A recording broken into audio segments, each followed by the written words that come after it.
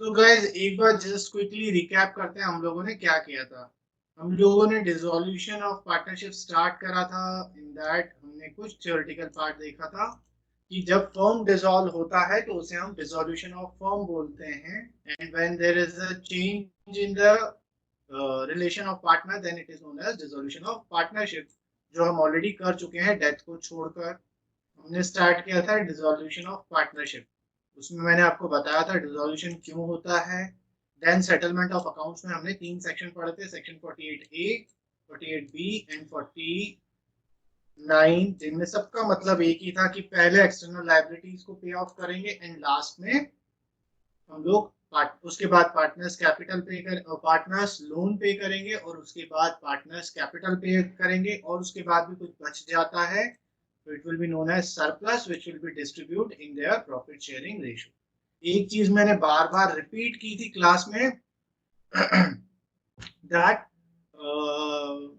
इस में यहाँ पर हमें कोई सेक्रीफाइसिंग रेशियो नहीं मिलेगा, कुछ भी हमें न्यू रेशियो गेनिंग रेशियो वगैरह वगैरह नहीं मिलेगा, एक ही रेशियो होगा प्रॉफिट शेयरिंग रेशियो। फिर हम लोग आए थे प्रैक्टिकल पार्ट पे, तो मैंने आपको बताया था कि हमें फॉर्म को क्लोज करना है। So for the purpose of accounting form को क्लोज करने का एक ही मतलब है, बैलेंस शीट को जीरो कर दीजिए। बैलेंस शीट को जीरो करने के लिए हमारे पास एसेट्स लायबिलिटी है, तो जितने भी एसेट्स हैं other than cash and fictitious asset transfer कर दीजिए रियलाइजेशन अकाउंट में। जितनी भी लायबिलिटी है कौन सी वाली एक्सटर्नल लायबिलिटीज उसे आप ट्रांसफर कर दीजिए realization. Capital, reserves, profit, loss ये सारे पार्टनर्स कैपिटल में चले जाएंगे और कैश अकाउंट का बैलेंस कैश अकाउंट में चला जाएगा। फिर सारे एसेट्स को सेल आउट किया जाएगा, यहाँ तो सेल आउट किया जाएगा, यहाँ कोई पार्टनर टेक ओवर कर लेगा। तो जब हम एसेट को ट्रांसफर करते हैं तो हम रियलाइजेशन के डेबिट साइड पर लिखते हैं, तो जब हम लायबिलिटीज को ट्रांसफर करते हैं तो हम क्रेडिट साइड पे लिखते हैं।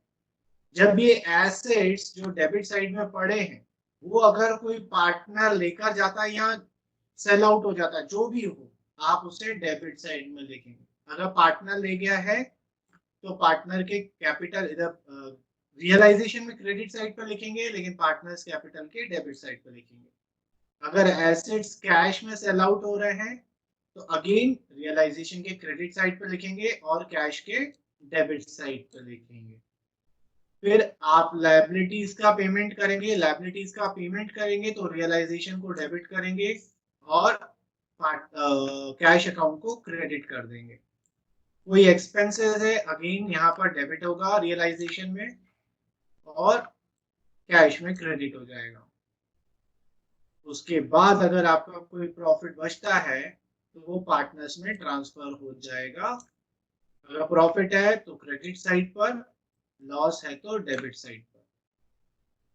ये पार्टनर्स की कैपिटल, प्रॉफिट्स एंड लॉसेस सब पार्टनर्स में ट्रांसफर हो जाएंगे और बैलेंसिंग फिगर जो होगा वो to balance c by d नहीं आएगा, वो हमें पेमेंट करना है बिकॉज फॉर्म क्लोज हो रहा है, तो जो भी बैलेंस होगा वो हमको कैश में पेमेंट करना पड़ेगा, तो टू कैश लिख देंगे और कैश अकाउंट के क्रेडिट साइड पे जाकर लिख देंगे।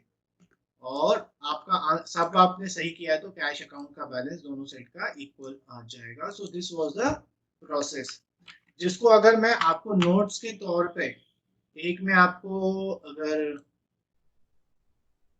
रिटर्न में दूं तो आप इस तरीके से देख सकते हैं, लिख सकते हैं। देखिए यहाँ पर मैंने बताया था पूरा प्रोसेस स्टेप बाय स्टेप। पहला क्या लिखा है, all the assets except cash and fictitious asset are transferred to realization account on debit side. Transfer the fictitious assets to partners capital debit side in their profit sharing ratio. Transfer the balance of cash in cash account. ये क्या करा, step जो थे वो asset के थे और asset का भी क्या ट्रांसफर किया हमने एसेट को। ठीक, उसके बाद fourth, transfer all the external liabilities on the realisation account credit side. तो ये लायबिलिटीज का ट्रीटमेंट है, लायबिलिटी साइड का। के बाद transfer the balance of capital in partners capital account then transfer all the reserves and profits to the partners capital account credit side. ये पूरा का पूरा अपना लायबिलिटी साइड। उसके बाद ये क्या हो गया, आपकी बैलेंस शीट अब पूरी तरीके से खाली हो चुकी है, बिकॉज आपने एसेट साइड की चीजें ट्रांसफर कर दी, लायबिलिटी साइड की चीजें ट्रांसफर कर दी। उसके बाद हमने क्या करना है, जो एसेट्स है, sale of assets will be written on the credit side of the realization. A, if sold in cash, debit side of cash. If taken by the partner, debit of the partner's capital. तो ये क्या बोल रहा है, जब आप asset को cell करोगे, चाहे वो कैश पर सेल हो रहा हो, चाहे वो पार्टनर टेक ओवर कर रहा है, आप उसे रियलाइजेशन के क्रेडिट साइड पर ही लिखोगे। अगर वो कैश में सेल हो रहा है तो कैश के डेबिट साइड पर, रियलाइजेशन के क्रेडिट साइड पर। अगर पार्टनर टेक ओवर कर रहा है तो पार्टनर्स के डेबिट साइड पर, रियलाइजेशन के क्रेडिट साइड पर। कोई डाउट? नो। तो ये क्या करा, ये जो 7th वाला स्टेप था ये हमारा था रियलाइजेशन, कि एसेट्स जब रियलाइज होंगे तब हम उसका क्या करेंगे। तो अगेन मैं इसको ऐसा बना देता हूं और ऐसा कर देता हूं, तो ये रियलाइजेशन ऑफ एसेट हो गया। ठीक, उसके बाद 8th वाला point, pay off the liabilities, debit side of the realization. जब आप लायबिलिटीज का पे ऑफ करेंगे, अब देखिए जिस तरह एसेट टेक ओवर होता है, हो सकता है कोई पार्टनर्स लायबिलिटीज का भी टेक ओवर कर रहा हो, चाहे वो टेक ओवर हो रहा हो, चाहे वो कैश में पेमेंट हो रहा हो। अगर लायबिलिटीज का पेमेंट हो रहा है तो वो डेबिट साइड पे रिकॉर्ड होगा रियलाइजेशन अकाउंट के। अगर कैश है तो कैश के क्रेडिट साइड पर, अगर पार्टनर उठा रहा है तो पार्टनर के क्रेडिट साइड पर, just opposite of asset. Realization के डेबिट पे लिखेंगे, पार्टनर्स के क्रेडिट पे लिखेंगे अगर पार्टनर टेक ओवर कर रहा है। अगर कैश पेमेंट कर रहे हैं तो रियलाइजेशन के डेबिट पे लिखेंगे, कैश के क्रेडिट साइड पे लिखेंगे। So this was all about payment of liabilities. तो मैंने क्या करा है, इस पूरी प्रोसेस को 5 स्टेप में, ये मैं क्यों बताता हूँ बच्चों को स्टेप बाय स्टेप, बिकॉज अगर आपको स्टेप पता होगा ना तो आप दिमाग में सोच सकते हो कि यार अब क्या करना है, अब क्या करना है, तो क्रॉस वेरीफाई करने में हेल्प करता है आपको। इसलिए मैंने ये पूरा आप लोगों के लिए लिख के रखा था। 9th स्टेप, रियलाइजेशन एक्सपेंसेस अगर आप कर रहे हो, it will be written on the debit side of the realisation account. फिर क्या बोल रहा है, बैलेंस ऑफ रियल, यहां तक आपका सारा काम हो चुका है। ठीक, सारा काम हो चुका है, रियलाइजेशन के एक्सपेंसेस हैं ये। करोगे, बैलेंस करोगे रियलाइजेशन अकाउंट को, क्यों? क्योंकि सारे एसेट्स बिक चुके हैं, सारी लायबिलिटीज का पेमेंट हो चुका है। अब आप बैलेंस करोगे रियलाइजेशन अकाउंट को, और उसका प्रॉफिट या लॉस जो भी है वो पार्टनर्स के अकाउंट में ट्रांसफर कर दोगे in their PSR, profit and loss of realization. And उसके बाद द बैलेंस ऑफ पार्टनर, तो रियलाइजेशन क्लोज हो गया, अब 2 अकाउंट बचे हैं, पार्टनर्स कैपिटल अकाउंट बचा है और कैश अकाउंट बचा है। अब आप क्या करिए, balance of partner capital account and the balancing figure will be transfer to cash और बैंक अकाउंट। जैसे ही आप ये ट्रांसफर करोगे बैलेंस को और फिर लास्ट में कैश अकाउंट का टोटल करोगे, the both side of cash account will tally. यहां पर आपकी पूरी तरीके से फॉर्म क्लोज हो जाएगी। Is it clear? So total 12 step process है, transfer asset, transfer liability, sell assets, pay liabilities, close realisation account, close partners capital account, cash account will tally. ठीक, तो सीक्वेंस याद रखेंगे तो आपको कभी दिक्कत नहीं होगा।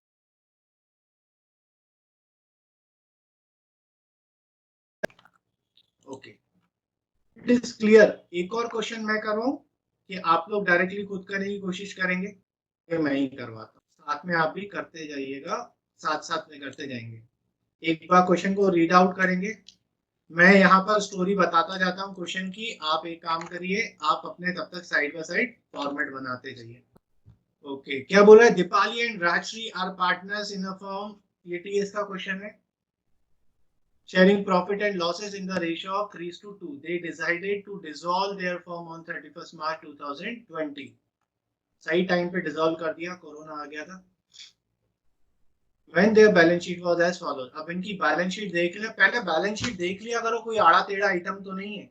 तो कैपिटल है, लायबिलिटी है, इधर हमको एक प्रॉफिट एंड लॉस दिख गया, फिर कुछ एसेट्स है, नॉर्मल कैश और बैंक है। ठीक, अब यहाँ पर क्या हो रहा है, कैश और बैंक दोनों अकाउंट दिख रहे हैं। तो हम देखेंगे क्या करना है हमें। तो कोई भी ऐसा आड़ा टेढ़ा आइटम हमको नहीं दिखा। The partner decided to dissolve the firm. Okay okay okay, ये ज्यादा पढ़ने की जरूरत नहीं है। Prepare realization account, partners capital account and bank account. तो एक बार बैलेंस शीट को अच्छे से देख लिया, अब हम अपने फॉर्मेट बना लेंगे। तो चलिए फॉर्मेट बना लीजिए तीनों अकाउंट के, मैं भी बना लेता हूँ।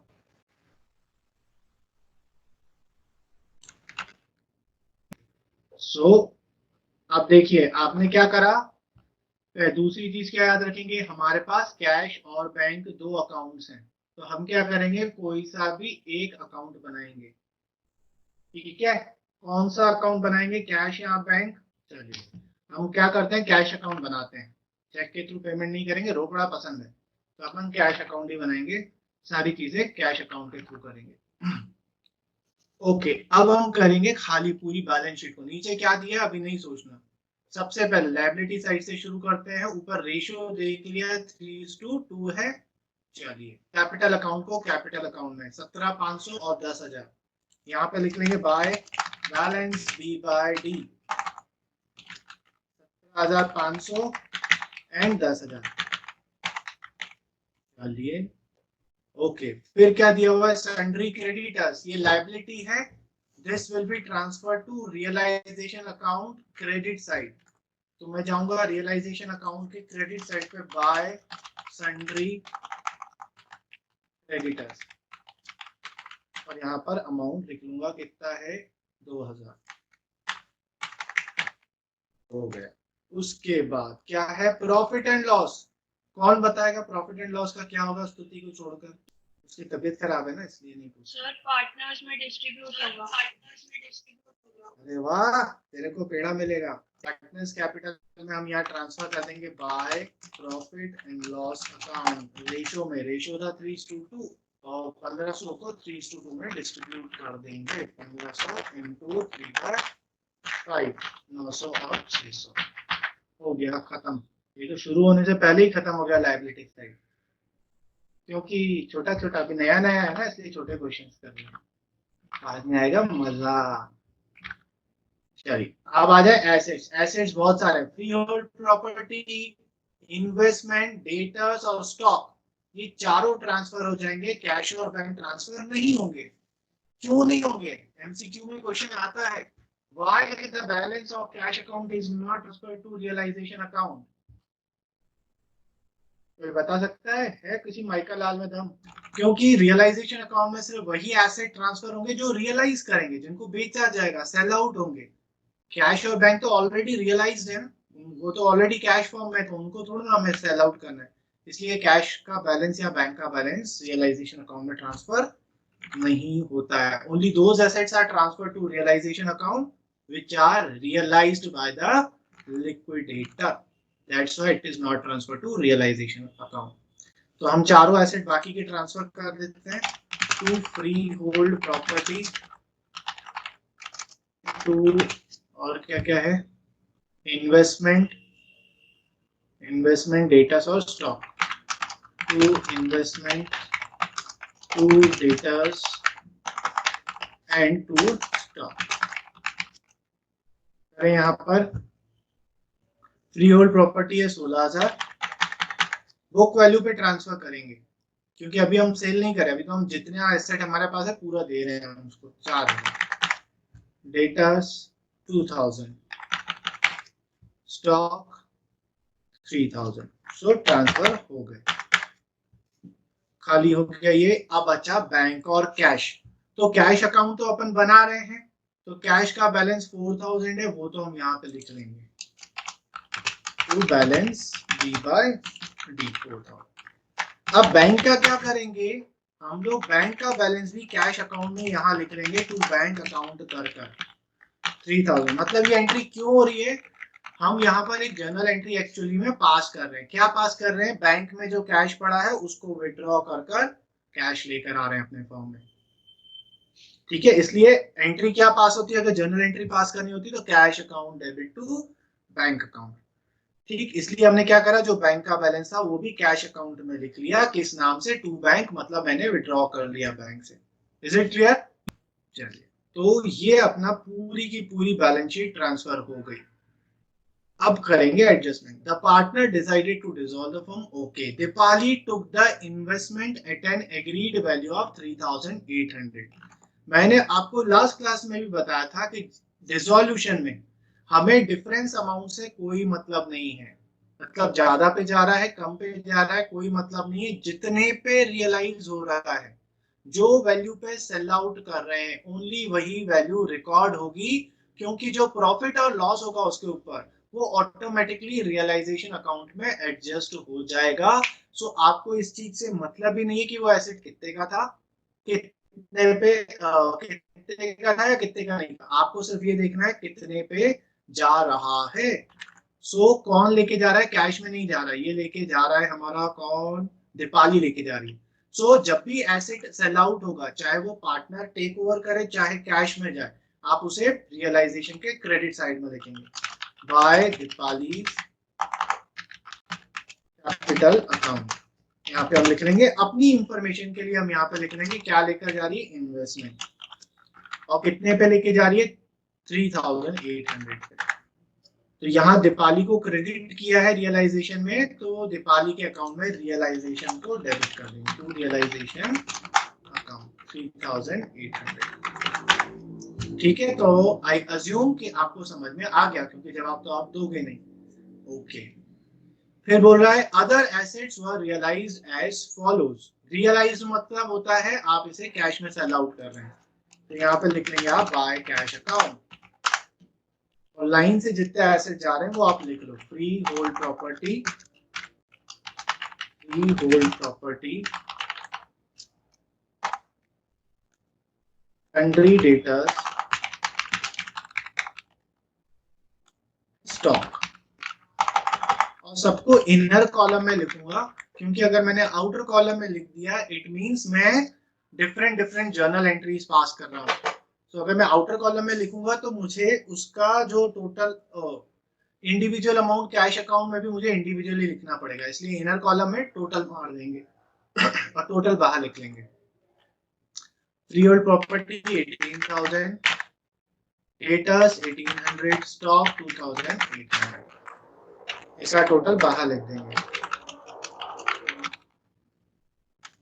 22,600 आया।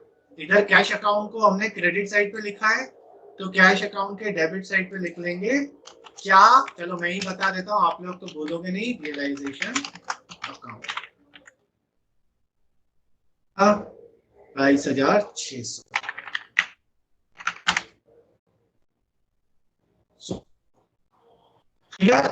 उसके बाद है creditors of the firm agree to accept 5% less. तो आप क्रेडिटर्स को पेमेंट कर, लायबिलिटीज को जब भी पेमेंट करेंगे रियलाइजेशन अकाउंट के डेबिट साइड पर लिखेंगे, इधर लिखेंगे टू कैश अकाउंट। अपनी इंफॉर्मेशन के लिए चाहे तो आप यहाँ लिख लो क्रेडिटर्स को पेमेंट कर रहे हैं। अब ये क्या बोल रहा है, आप 5% कम दे रहे हो क्रेडिटर्स को, 5% कम मतलब 95% दे रहे हैं, तो यहाँ 2000 इंटू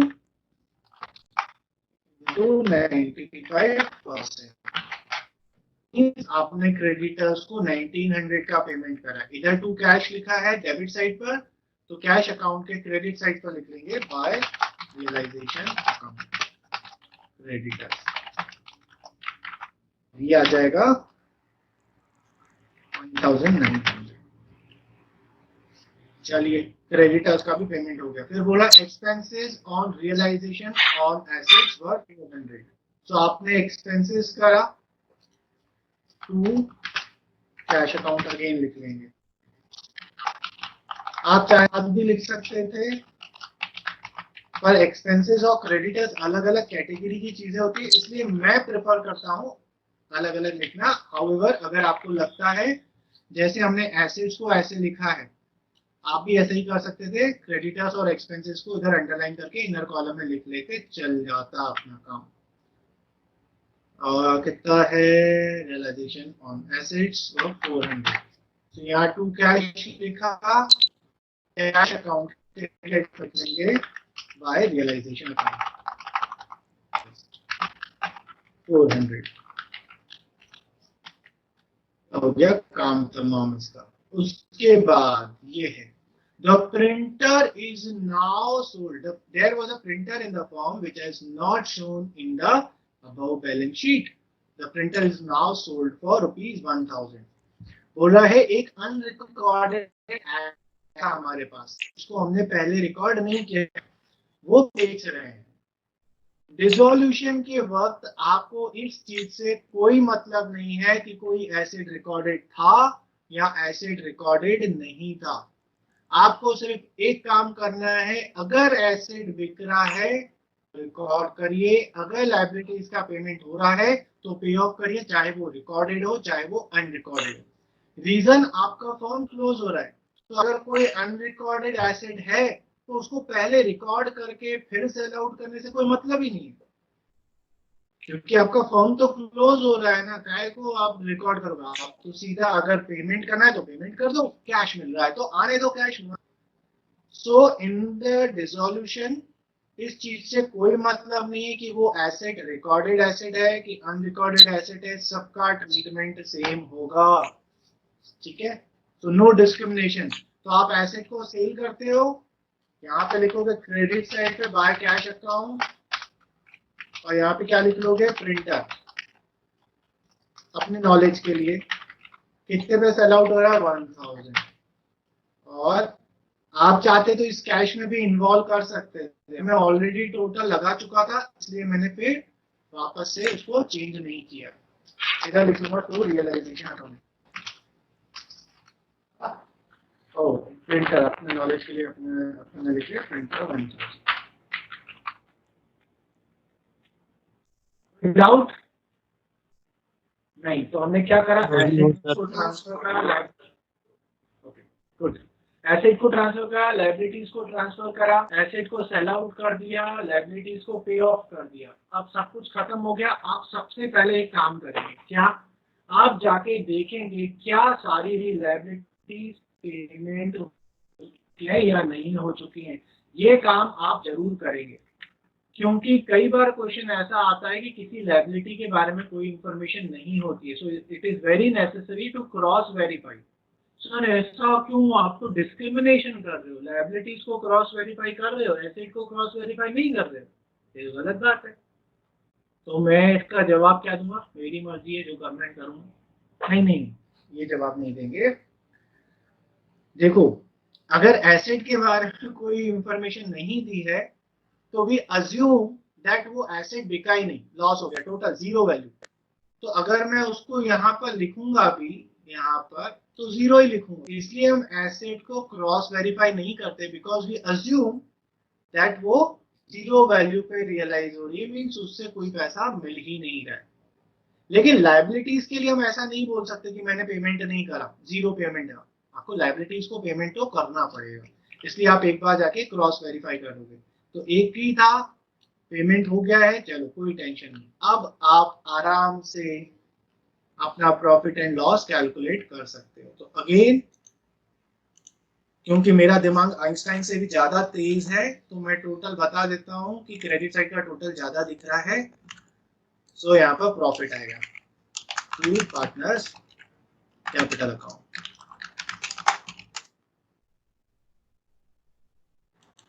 माइनस सम, प्रॉफिट आया 2100, इसको ट्रांसफर कर देंगे दीपाली और भाई दीपाली और राजश्री।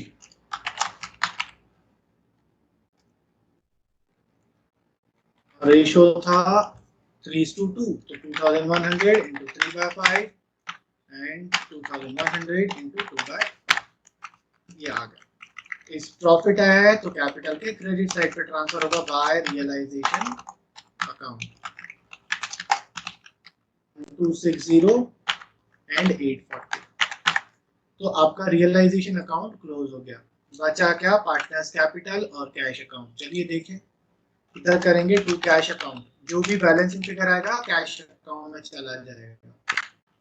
क्या आ रहा है 19660 माइनस ये ऐसे इधर आगे बैलेंस, इसको कैश में ट्रांसफर कर देते हैं by Deepali's account, Deepali's capital account and by Rajshree capital. आ रहा है 15860 11440। अगर सब कुछ सही किया होगा तो बराबर आएगा। यहाँ 1000 का गड़बड़ आ रहा है, क्यों? क्योंकि सास भी कभी बहू थी, ऐसा क्यों हुआ? इधर से कुछ गड़बड़ किया क्या हमने? यस, मैंने बैंक का बैलेंस 3000 लिखा है, इधर 2000 है। तो अब आपका बराबर आ गया। मैं और मेरी तन्हाई अक्सर ये बातें करते हैं कि अगर तुम यस बोलती तो कैसा होता, अगर तुम बोलते कि समझ में आ गया सर तो कैसा होता। कभी तुम बोलते नहीं समझ में आया और मैं समझाता था, और कभी तुम बोलते कि समझ में आ गया तो मजा आ जाता। अंदर का शायर बाहर निकल आ रहा है। डन, आगे बढ़े कि लिख रहे हैं? Let's move forward then. एक क्वेश्चन आप जब तक खुद नहीं करके देखेंगे तब तक कॉन्फिडेंस नहीं आएगा। सो इजी वाले मैंने कर लिए, टफ वाला मैं आपको दे देता हूँ। ये बढ़िया सिस्टम गाइस, मैं आपके दिमाग के ऊपर छोड़ रहा हूँ, कुछ ऐसा स्पेशल है नहीं इसमें। हाउएवर जहां पर भी डाउट हो, अजम्पशन लगाने से ज्यादा पहले मुझसे पूछ लीजिएगा। ऐसा कुछ स्पेशल है नहीं, बट फिर भी थोड़ा सा डिफरेंट है।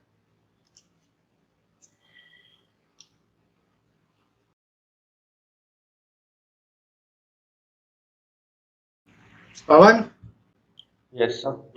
गुडविल का क्या किया? गुडविल तो डिस्ट्रीब्यूट कर देंगे ना। नहीं, इसलिए मैंने बोला था कि कोई भी चीज हो मुझसे पूछिएगा।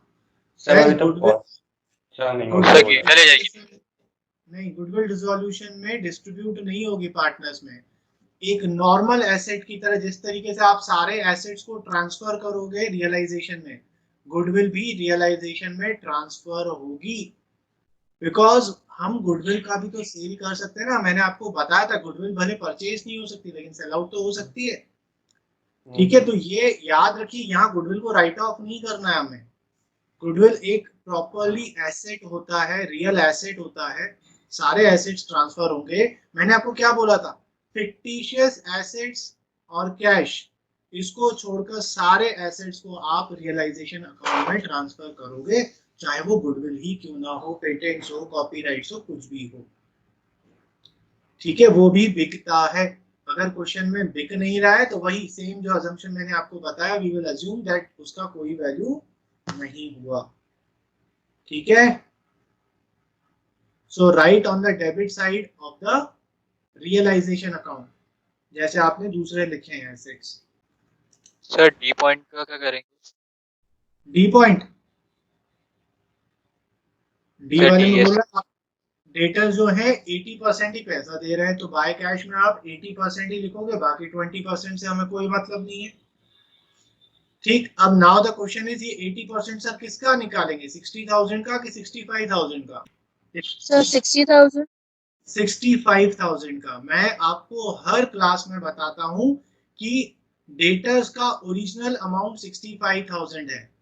इवन जब आप रियलाइजेशन अकाउंट बनाओगे गाइस, जब आप रियलाइजेशन अकाउंट बनाओगे तो आप यहाँ पर टू सन्ड्री डेटर्स जब लिखोगे तो वो 60,000 नहीं लिखोगे, वो आप 65,000 लिखोगे। और जो प्रोविजन है उसको लायबिलिटी साइड में यहाँ पर लिखोगे, by provision for component. Because provision जो है वो डेटा से माइनस नहीं होता है, वो सिर्फ प्रेजेंटेशन पर्पस के लिए हम वहां पर दिखाते हैं, बल्कि दोनों डिफरेंट आइटम्स हैं। सो डेटर्स का वैल्यू 65 है और प्रोविजन का वैल्यू 5000 है। ओनली प्रेजेंटेशन पर्पस के लिए ये साथ में दिखाए जाते हैं। बेसिकली वो था सेपरेट आइटम्स। ये चेक करें क्या? देखिए रियलाइजेशन अकाउंट, देखिए क्या करा, डेटर्स, गुडविल, फर्नीचर, बिल्डिंग, ये सारी चीजें मैंने इधर ट्रांसफर कर दी। इधर क्या लिखा है? Provision for bad debts. अब ध्यान से इधर देखते जाइएगा सब लोग। Creditors, employ provident fund, even bank loan भी, क्योंकि बैंक लोन भी एक एक्सटर्नल लायबिलिटी ही होती है, ये हमने यहाँ ट्रांसफर कर दिया। कैपिटल अकाउंट हम लोगों ने यहाँ ट्रांसफर कर दिया। वर्कमैन कंपनसेशन रिजर्व भी इसको दे दिया। ठीक, उसके बाद कैश का बैलेंस हमने बैंक का बैलेंस दिया था, बैंक अकाउंट में लिख लिया। नाउ गुडविल जो है वो गीता टेक ओवर कर रही है 40,000 पे, तो मैंने यहाँ लिख लिया क्रेडिट साइड पर और यहाँ गीता के डेबिट साइड पर। फिर बिल्डिंग जो है राशि ले रही है, तो यहाँ पे बाय राशि कैपिटल लिख लिया और राशि के डेबिट साइड पर नीचे कैपिटल अकाउंट में लिख लिया। उसके बाद आपके डेटर्स जो है वो 80% दे रहे थे, तो डेटर्स का वैल्यू 65,000 है, 65,000 का 80% निकाला तो 52,000 है। फर्नीचर से 97,000 रियलाइज हो रहा था, टोटल मिलाकर 1,49,000 आया, ये कैश में लिख दिया मैंने यहाँ पर। उसके बाद लायबिलिटीज पर आए, तो लायबिलिटीज के बारे में कुछ बोला हुआ था क्या? हाँ, bank loan was settled along with interest of 5,000। अब बोलो सर 5 इंटरेस्ट जो है वो तो रिकॉर्डेड ही नहीं, अनरिकॉर्डेड है, कोई मतलब नहीं, पैसा दे रहे हो ना, दे रहे हो तो लिख लो। तो आप क्या कर रहे हो, लोन भी पे कर रहे हो और इंटरेस्ट भी पे कर रहे हो। लोन का अमाउंट 55,000 था और इंटरेस्ट का अमाउंट 5,000 था, तो टोटल मैंने यहाँ लिख लिया 60,000। उसके बाद क्रेडिटर्स के बारे में कुछ नहीं बोला हुआ था, सारी चीजें हमने कर ली थी। ठीक, और एक और चीज क्या बोला, रियलाइजेशन एक्सपेंस जो थे 2,000, तो एक्सपेंस है। अब क्योंकि कैश में पे नहीं करे इसलिए मैंने डेबिट साइड पे लिख दिया। किस नाम से? कैश के नाम से नहीं, सुजैन कैपिटल के नाम से। अगर कैश में पे करा होता तो टू बैंक में लिख लेता।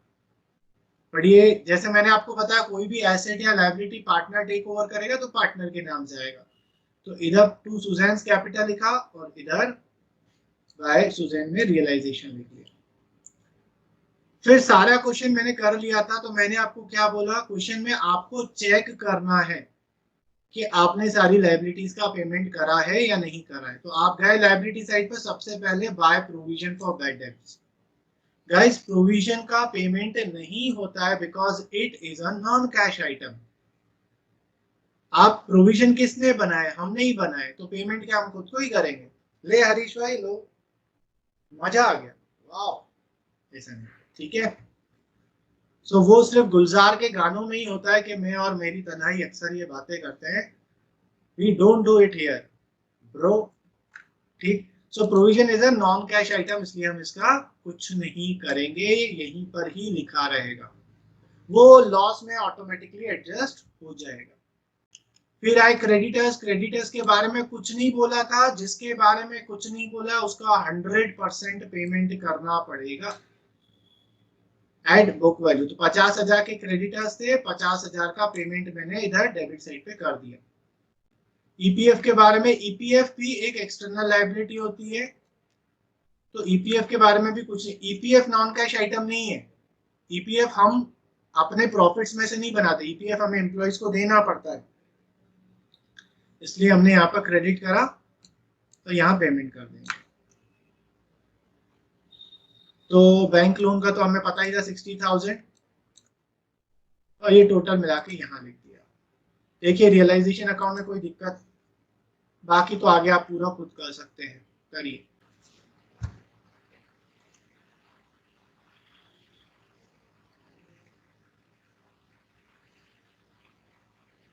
ये देखिए पार्टनर्स कैपिटल और कैश बैंक अकाउंट।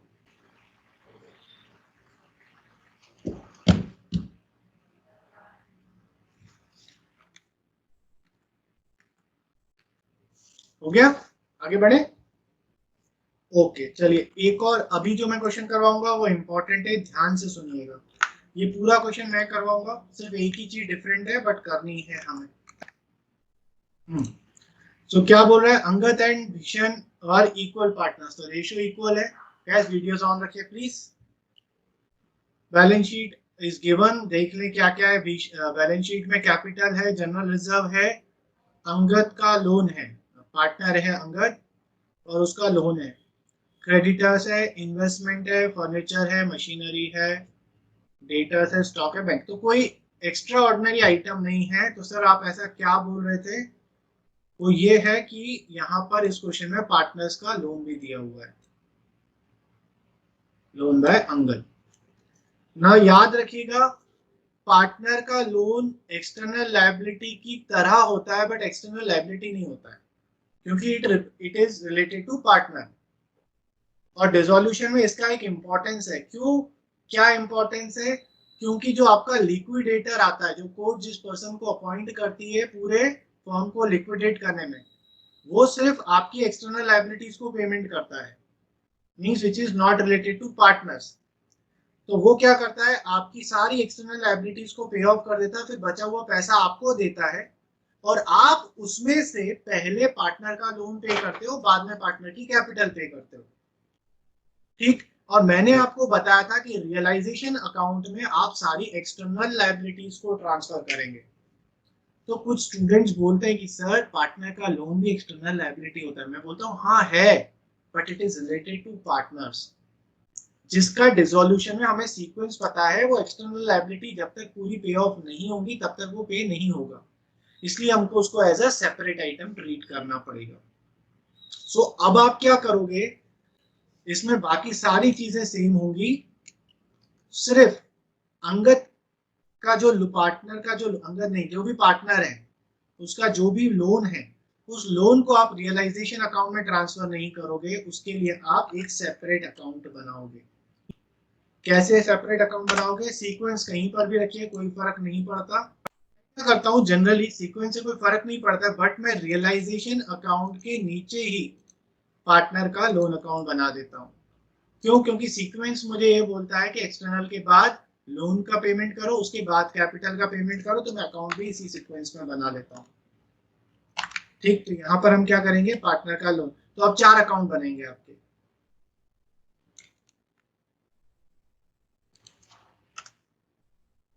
चार अकाउंट बनेंगे। अब आपका रियलाइजेशन अकाउंट बनाया आपने, इधर पे कौन है पार्टनर जिसका लोन है?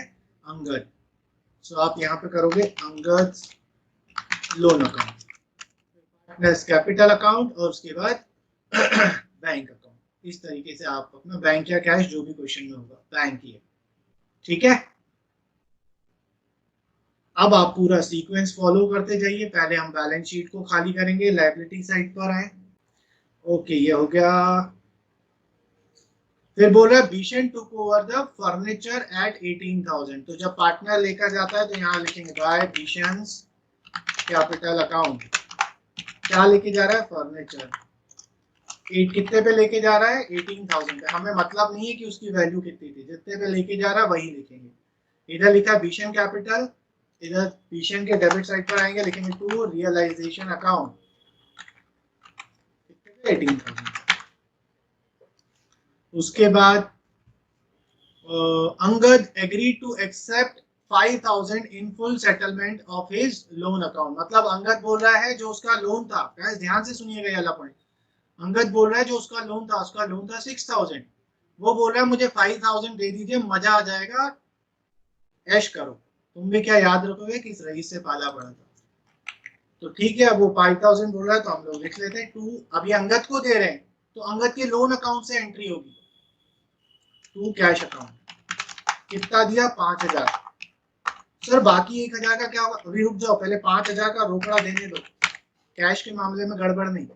तो इधर टू कैश लिखा 5,000 और कैश अकाउंट में। अब यहाँ जज्बाती होकर बाय रियलाइजेशन मत लिख देना, क्योंकि ये वाली एंट्री रियलाइजेशन अकाउंट के थ्रू नहीं हो रही है, ये वाली एंट्री अंगद के लोन अकाउंट के थ्रू हो रही है। तो हम लोग यहाँ पे लिखेंगे बाय अंगद लोन अकाउंट। ये मैं बार बार क्यों बोल रहा हूँ? क्योंकि हमें जर्नल एंट्रीज भी करनी है, तो आपको याद रखना है कौन सा ट्रांजेक्शन कौन से अकाउंट के थ्रू हो रहा है, वही नाम आएगा। कितना दिया? 5,000। चलो, अब मैंने इसका लोन सेटल कर लिया, 5,000 का कैश चला गया। कोई डाउट किसी को यहाँ पर? अब ये 1,000 का बच गया, ये मजा आ गया फर्म को, फर्म का प्रॉफिट है।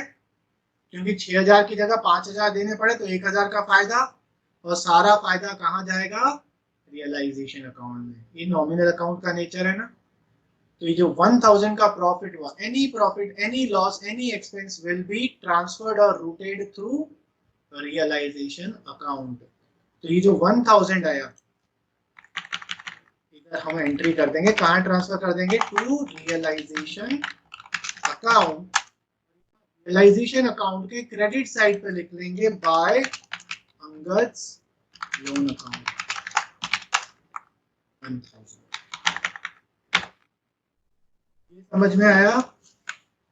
ये अंगद कोई ऐसे Yes, टेक sir. ओवर नहीं कर रहा है, कोई लायबिलिटी टेक ओवर नहीं कर रहा है, ये प्रॉफिट हुआ। ठीक है, क्यों? क्योंकि हमने कम पैसा दिया है। ठीक, चलिए ये हो गया। अंगद का तो सेटलमेंट पूरा का पूरा हो गया, तो ये टेंशन की बात ही नहीं है। अब देखिए आगे क्या दिया हुआ है। अंगद एग्रीड हो गया। Angad was entitle to receive 5,000। अब ये फिर से ध्यान से सुनिएगा।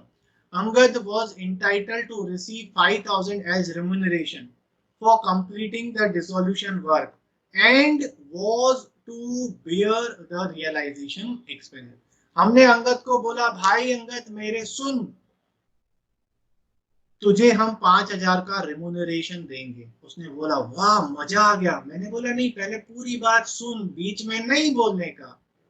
हम तुझे 5,000 की सैलरी देंगे। उसने बोला वाह, अरे पहले पूरी बात सुन, हम तुझे 5,000 सैलरी देंगे। तो मैंने अंगद को बोला अब क्यों नहीं बोला? सर पहले पूरी बात सुनूंगा फिर बोलूंगा। सो हम तुझे 5,000 की सैलरी देंगे। अब रियलाइजेशन के, डिसोल्यूशन के जो भी खर्चे होंगे वो तुझे बियर करने हैं। हम नहीं जानते। हम तुझे कितने देंगे? 5,000। इससे एक पैसा ज्यादा नहीं देंगे। जो भी खर्चा होगा वो तुझे झेलना पड़ेगा। सर मतलब अगर डिसोल्यूशन के खर्चे कम हुए, 4,500 हुए, तो 500 मुझे लौटाने पड़ेंगे क्या? मैंने बोला नहीं, 5,000 दे रहे हैं, सारी रिस्पॉन्सिबिलिटी तेरी। तो ज्यादा खुश मत हो, क्योंकि खर्चे ज्यादा हुए ना तो भी हम तुझे एक्स्ट्रा नहीं देंगे। ठीक है, और हमारी जबान तो काली है, खर्चे ज्यादा हो गए। देखो आगे क्या लिखा है, the expenses on realization was 6,000 were paid by Angad. मतलब क्या? हमने बोला 5,000 देंगे, फर्म के जो भी खर्चे होंगे सारे के सारे तुझे ही बेयर करने पड़ेंगे, हमारी रिस्पॉन्सिबिलिटी नहीं है। हमारी रिस्पॉन्सिबिलिटी कितनी है? 5,000, जो हम तुझे सैलरी के फॉर्म में देंगे। अब खर्चा 6,000 का हो गया, तो फर्म अपनी बुक्स में 5,000 रिकॉर्ड करेगी या 6,000 रिकॉर्ड करेगी? 5,000। 6,000 तो उसकी रिस्पॉन्सिबिलिटी है, और पे भी वही कर रहा है, हमें उससे मतलब ही नहीं है। तू जान तेरा काम जाने, हमें एक ही चीज से मतलब है, हम तुझे 5,000 रुपए देंगे। समझ में आया है ना? तो ये क्या, इस फर्म का अकाउंटेंट मैं ही था, मुझे पता था खर्चे ज्यादा होने वाले थे, मैंने पार्टनर को पहले ही बता दिया था। ठीक है ना, बाल कम है लेकिन दिमाग ज्यादा है। सो यहाँ पर हम लिखेंगे टू, किसकी एंट्री कर रहे हैं हम लोग? रेम्यूनरेशन की एंट्री कर रहे हैं कि रियलाइजेशन के एक्सपेंसेस की एंट्री कर रहे हैं? हम लोग किसकी एंट्री करेंगे, रेम्यूनरेशन की कि रियलाइजेशन के एक्सपेंस की? एक्सपेंस तो हमें करना ही नहीं है, एक्सपेंस तो अंगद को करना है। हम तो सैलरी की एंट्री करेंगे, हमारा काम क्या है? उसको 5,000 की सैलरी देना। ठीक है, तो हम यहाँ पे क्या लिखेंगे, किसको दे रहे हैं? अंगद को। तू अंगद कैपिटल अकाउंट, क्या दे रहा हूं मैं इसको? रिम्यूनरेशन। कितना दे रहा हूं? 5,000। तो यहाँ 5,000 ही लिखूंगा, और नीचे इधर आऊंगा, अगेन लिखूंगा क्या? बाय रियलाइजेशन अकाउंट, अंगद में 5,000। अब खर्चे 6,000 के हो गए, हमें कोई मतलब ही नहीं है, क्योंकि पूरी रिस्पॉन्सिबिलिटी उसकी है, पे भी वही कर रहा है। देखो लिखा हुआ है ना, the expenses of realization ₹6,000 were paid by Angad. तो खर्चा भी उसका, पेमेंट भी उसने किया। हमारा क्या मतलब है? हमें कोई मतलब नहीं है। ठीक है, सो हमने क्या करा? सिर्फ 5,000। सो आप, मैं ये क्यों इतना बकवास कर रहा हूँ, मैं इतना क्यों घुमा घुमा के बोल रहा हूँ, ठीक है ना, एंटरटेनमेंट के लिए नहीं बोल रहा हूँ मैं, आपको एक चीज ये बताना चाहता हूँ कि हम उतने ही चीज की एंट्री करेंगे जितने के लिए हम लायबल हैं, ठीक है। ये एक इतने से जो मैंने आपको बड़ा डायलॉग बनाकर बताया, स्टोरी बना के बनाया, मेरा इंटेंशन ये है आपको बताने का कि हम उसी चीज का एंट्री करेंगे, वही एक्सपेंसेस का एंट्री करेंगे जिसके लिए हम लायबल हैं, जिसके लिए हम लायबल नहीं है उसकी एंट्री हम नहीं करेंगे, क्योंकि आगे मुझे एक और कॉन्सेप्ट बताना है, वहां पर ही आपको काम आएगा, ठीक है। सो यहां मैंने लिखा 5,000, मुझे 6,000 से कोई मतलब नहीं है। ये हो गए खत्म। अब हो गया क्वेश्चन खत्म। अब क्वेश्चन खत्म होने के बाद जज्बाती मत होइएगा, जाके देखिएगा क्या सारी लाइबिलिटीज का पेमेंट हुआ है या नहीं हुआ है। आए इधर क्रेडिटर्स थे 28,000, उसका तो पेमेंट हुआ ही नहीं है, तो क्वेश्चन में भले नहीं बोला पर आपको पूरा पेमेंट करना पड़ेगा।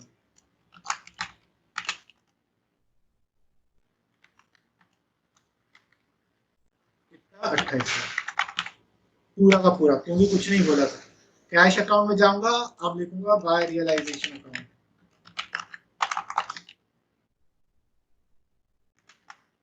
28,000। अब लायबिलिटी सारी पेमेंट हो गई, बस अब मैं चैन की सांस ले सकता हूँ, क्योंकि मेरा दिमाग कंप्यूटर से भी ज्यादा तेज है, तो मैं आपको बता देता हूँ कि डेबिट साइड का टोटल ज्यादा आ रहा है तो लॉस होगा। कितना लॉस होगा वो भी मैं आपको डायरेक्ट बता सकता हूँ, वो बस ये है कि मैं कभी घमंड नहीं करता हूँ, इसलिए आपके सामने फॉर्मूला लिख लेता हूँ। तो 33,000 का आएगा, और ये बच जाएगा, कौन है, अंगद और भीषण है, इक्वल पार्टनर्स थे, तो 33,000 का 1/2 1/2, तो ये इधर आ जाएगा टू रियलाइजेशन अकाउंट 16,500 16,500। अब क्योंकि हम सब कुछ कर चुके हैं, अंगद का लोन अकाउंट भी टोटल हो चुका है, नहीं होता तो इसको भी पेमेंट करते हैं हम पूरा, और अब टू कैश अकाउंट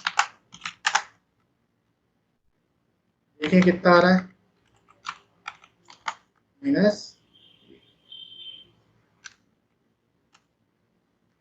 96,500 और 53,500 इधर लिख देंगे, बाय अंगद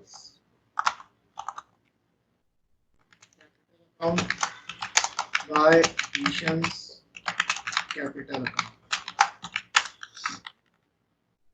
96,500 और 53,500। अगर हमने सब कुछ सही किया है तो दोनों साइड का टोटल इक्वल आएगा। Is it clear? कोई डाउट? चलिए, इफ यू हैव डन, बंद करें आज की क्लास। ओके चलिए गाइस, आज के लिए इतना ही करते हैं। जय Shri Krishna. Bye. Okay bye. Yes, sir. Bye. Thank you, sir. Bye.